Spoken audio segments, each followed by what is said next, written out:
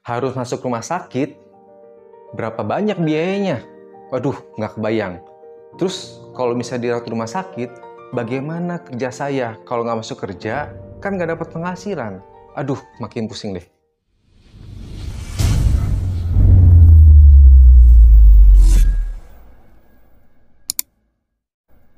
Halo, salam planners. Ketemu lagi dengan saya Sanjaya dari Champion My Planner. Sakit merupakan salah satu risiko dalam hidup yang mungkin sebagian bisa dihindari, tapi tidak seluruhnya bisa kita hindari. Betul kan? Nah, pada video sebelumnya yang ini, kita telah membahas tentang adanya risiko, terus bagaimana solusinya manajemen risiko, yaitu salah satunya adalah melalui asuransi. Nah, pada piramida asuransi dasar yaitu terdapat asuransi kesehatan. Pada video kali ini kita akan membahas tentang jenis-jenis asuransi kesehatan, terus bagaimana sih cara memilihnya yang terbaik buat kita. Yuk kita simak jenis-jenisnya apa saja. Nah, tapi sebelum itu kita akan menjawab solusi dari permasalahan yang di depan tadi. Ya, jadi kenapa sih kita membutuhkan sebuah jaminan atau asuransi kesehatan? Ya karena dalam hidup ini apabila kita mengalami sakit, kita tidak terbayang berapa banyak biaya yang harus dikeluarkan. Ya, bisa kecil, sedang, ataupun besar. Ya, yang kita nggak tahu, mungkin besar itu bisa melebihi aset yang kita miliki. Nah, kita tidak ada yang tahu. Ya, kita hanya tahu ketika kita mengalami sakit, terus masuk ke rumah sakit, terus diperiksa sakitnya apa, terus butuh pengobatan berapa banyak, terus mungkin akan tawarkan butuh biaya sekian, bagaimana? Nah, itu adalah permasalahan pertama. Terus permasalahan kedua, permasalahan kedua ini mungkin hanya sebagian orang yang menyadari, sebagian besar orang mungkin lupa. Yaitu apa? Ketika kita mengalami sakit, dirawat di rumah sakit, terus bagaimana tentang pekerjaan kita? Sebagian orang mungkin tidak akan bisa mendapatkan nafkah. Kenapa? Karena ia mendapatkan nafkah apabila dia bekerja. Apabila dia tidak masuk kerja karena alasan apapun, maka dia tidak dapat uang karena penghasilannya secara aktif. Nah, lalu kalau misalnya kebayang kalau misalnya kita dirawat inap di rumah sakit selama 1 bulan, berapa banyak penghasilan yang hilang? Nah, itu adalah 2 masalah yang terjadi apabila kita mengalami risiko sakit. Terus, apakah ada solusinya? Nah, solusinya adalah melalui produk asuransi kesehatan. Secara umum, ada 2 macam produk asuransi kesehatan yang saat ini ada di Indonesia. Pertama adalah yang disebut dengan santunan harian rawat inap. Nah, santunan harian rawat inap ini untuk menjawab masalah kedua, yaitu apa? Ketika kita masuk rumah sakit, terus ibaratnya tidak dapat bekerja, terus berapa banyak penghasilan harian yang hilang. Nah, jadi manfaat santunan harian ini bukan menjawab tentang biaya rumah sakit. Kenapa? Karena dia sifatnya hanya santunan. Berapa banyak santunan per harinya yang ingin didapatkan. Misalnya Rp500.000, Rp700.000, 1 juta. Nah, kalau misalnya dirawat selama 5 hari, misalnya kita ambil 1 juta, maka kita dapat santunan cuma 5 juta. Apakah itu bisa menjamin seluruh biaya rumah sakit? Mungkin ya, mungkin tidak, tergantung jenis penyakitnya. Nah, jadi makanya manfaat santunan harian ini sebetulnya bukanlah untuk membayar biaya rumah sakit. Jadi hanya untuk membayar ibaratnya potensial loss dari income. Jadi sebutnya income protection ketika kita dirawat inap. Nah, itu. Nah, produk ini paling sering ditawarkan oleh para sales asuransi yang lewat telepon atau telemarketing disebutnya. Ataupun dari program kartu kredit misalnya. Nah, jadi hati-hati kalau misalnya para planners mendapatkan tawaran melalui telepon atau kartu kredit dan bilang ini ada asuransi kesehatan murah, dilihat dulu apakah ini berupa santunan atau bukan. Karena kalau misalnya santunan, para planners sudah tahu, jadi dia hanya memberikan berapa ratus ribu per hari sakitnya. Atau nanti kalau misalnya ada operasi berapa ratus ribu dan sekian, ada perhitungannya. Nah, itu adalah yang pertama. Nah, kita bicara manfaat kedua, yaitu manfaat utama tentang asuransi kesehatan, yaitu asuransi kesehatan yang berbentuk kartu. Kita sebutnya, atau sekarang mungkin zamannya electronic card atau e-card. Nah, manfaat asuransi kartu ini itu mengcover seluruh komponen biaya rawat inap. Misalnya mulai dari biaya kamar, biaya obat-obatan, pemeriksaan penunjang seperti laboratorium, kemudian radiologi, operasi atau tindakan, dan biaya lain-lainnya. Nah, untuk asuransi kesehatan yang kartu ini, kita bagi menjadi dua secara garis besar, yaitu apa? Asuransi kesehatan sosial dari pemerintah, yaitu berupa apa? BPJS Kesehatan. Kemudian satu lagi adalah asuransi kesehatan dari perusahaan asuransi swasta. Oke? Dan khususnya ini individu, kita tidak bicara tentang asuransi kumpulan.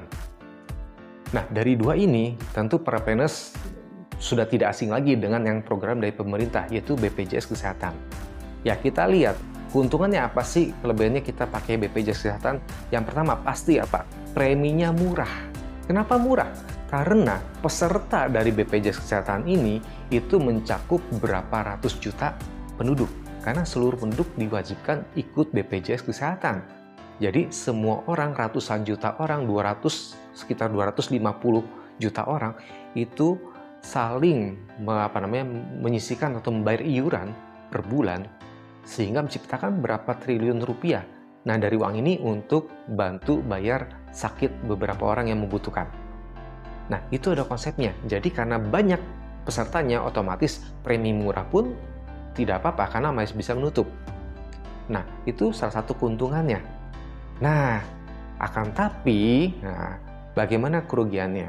Ya, tentunya untuk asuransi sosial ini namanya sosial, jadi ada prosedur yang harus dijalankan. Yaitu apa? Yaitu untuk mendapatkan pengobatan yang lebih tinggi atau canggih harus ikut prosedur yaitu secara berjenjang. Jadi kita harus masuk ke bawah dulu yang bagian primer dulu. Andaikan memang tidak sanggup atau memang bukan ibaratnya kompetensinya atau keahliannya, maka bolehlah dirujuk ke satu tingkat di atasnya dan seterusnya sampai akhirnya ketemu tempat yang sesuai untuk pengobatannya. Jadi kita tidak bisa sebagai pasien dari BPJS, peserta BPJS, serta-merta kita minta langsung ke spesialis, belum tentu bisa. Jadi harus ada rujukannya. Dan kerugian kedua adalah tentu ini memakan waktu yang lebih lama karena harus ada tahapannya. Terus kita tahu beberapa ada tindakan ataupun obat-obatan yang mungkin masih belum bisa dijaminkan 100% oleh BPJS sehingga beberapa orang harus ada tambah biaya.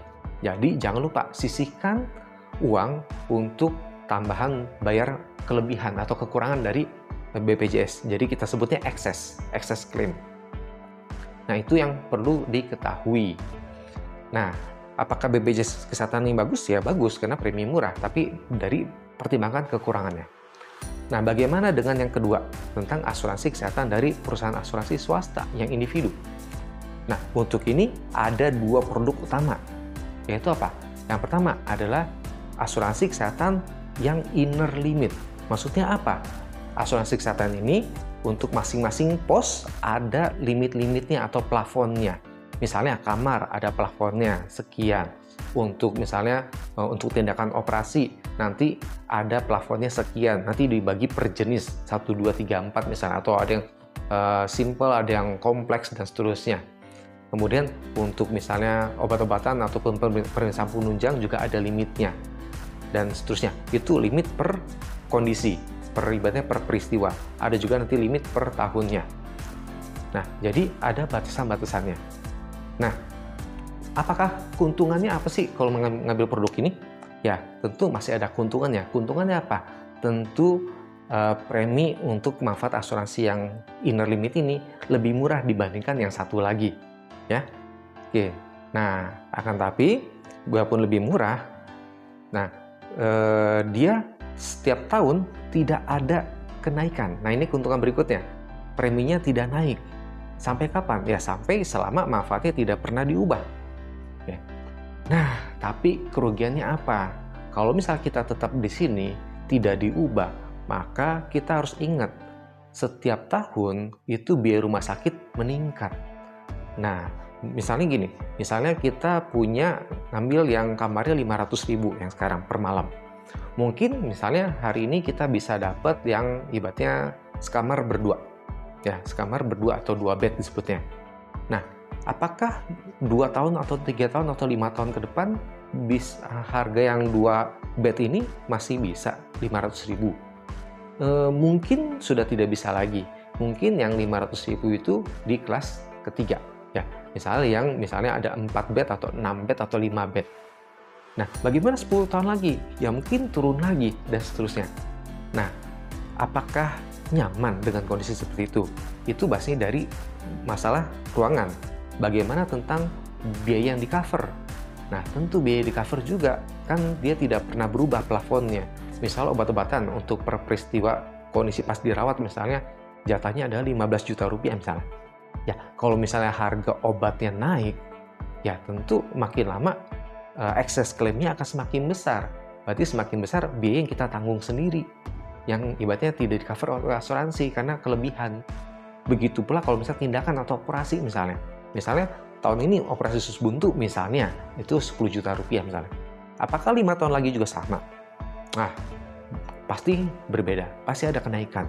Ya bisa misalnya 20 juta. Ya, kalau misalnya tahun ini di-cover semua 10 juta, terus 5 tahun lagi jadi 20 juta. Nah, apakah siap untuk nanggung selisih 10 jutanya? Nah, itu adalah kekurangannya.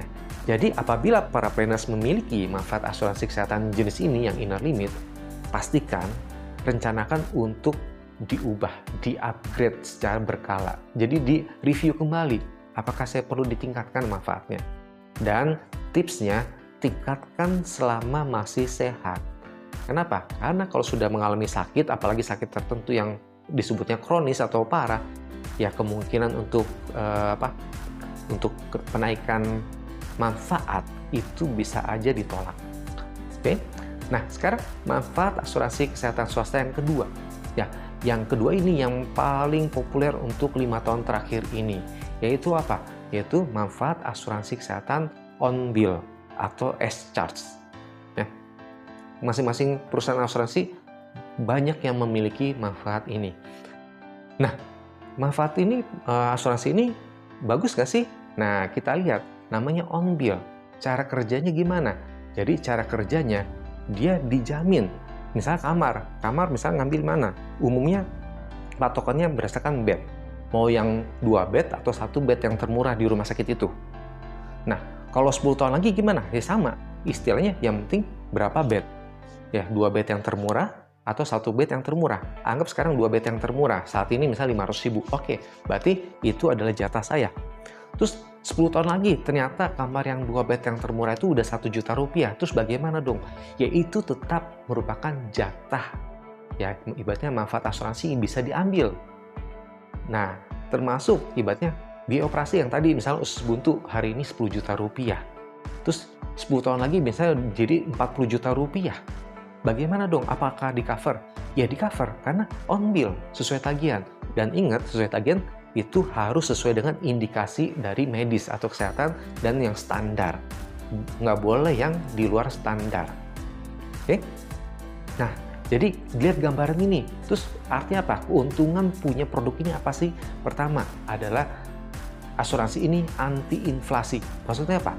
Ya, andaikan biaya medis meningkat, ya dia tetap menyesuaikan, dia tetap di-cover selama memang dibutuhkan secara medis. Oke? Jadi, andaikan biaya naik, ya nggak apa-apa, nggak masalah. Dia tetap ada plafonnya, tapi plafon setahun biasanya.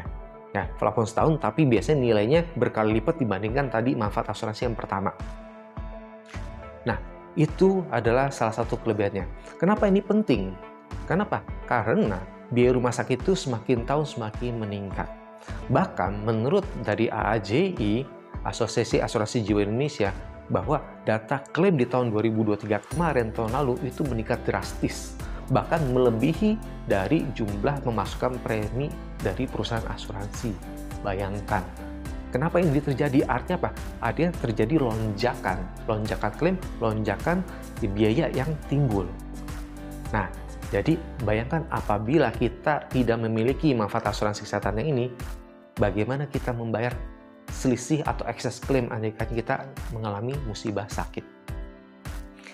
Nah, itu pertama untuk keuntungannya. Terus kerugiannya apa? Nah, salah satu kerugian yang perlu dipertimbangkan baik-baik adalah karena dia anti inflasi, ya tentu ibaratnya nggak mungkin preminya akan tetap. Jadi biaya asuransi yang dikenakan untuk produk asuransi kesehatan on bill ini akan meningkat pasti setiap tahun. Kenapa? Ada inflasi. Apabila ternyata kenaikannya di luar prediksi, dia meningkat drastis, maka akan ada kebijakan yang disebut dengan repricing. Artinya apa? Adanya kenaikan biaya asuransi yang drastis sehingga menyebabkan perubahan premi. Jadi premi asuransi akan meningkat. Nah, kapan terjadi repricing? Ya ketika klaimnya meningkat drastis. Nah, itu. Jadi, siap-siap mengalami repricing untuk manfaat asuransi kesehatan yang on bill atau SCAS. Nah, itu adalah masing-masing jenis dari manfaat asuransi kesehatan yang ada saat ini. Nah, mana yang merupakan pilihan para planners? Ya, kalau saya sebagai seorang financial planner, ya tentu menyarankan yang terbaik adalah kita memiliki manfaat asuransi kesehatan yang on bill. Kenapa?